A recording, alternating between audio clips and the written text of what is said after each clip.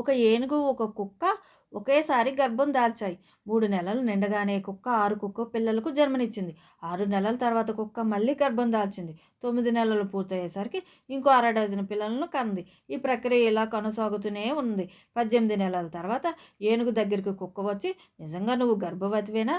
మనమిద్దరం ఒకే రోజు గర్భం దాల్చాం. నేను 3 సార్లు గర్భం దాల్చాను. డజను పిల్లలకు జన్మనిచ్చాను. ఈ మధ్య కాలంలో అవి ఇప్పుడు పెరిగి నా అంత అయ్యాయి. నువ్వేమో ఇంకా కడుపుతూనే ఉన్నావు. ఏమి జరుగుతుంది?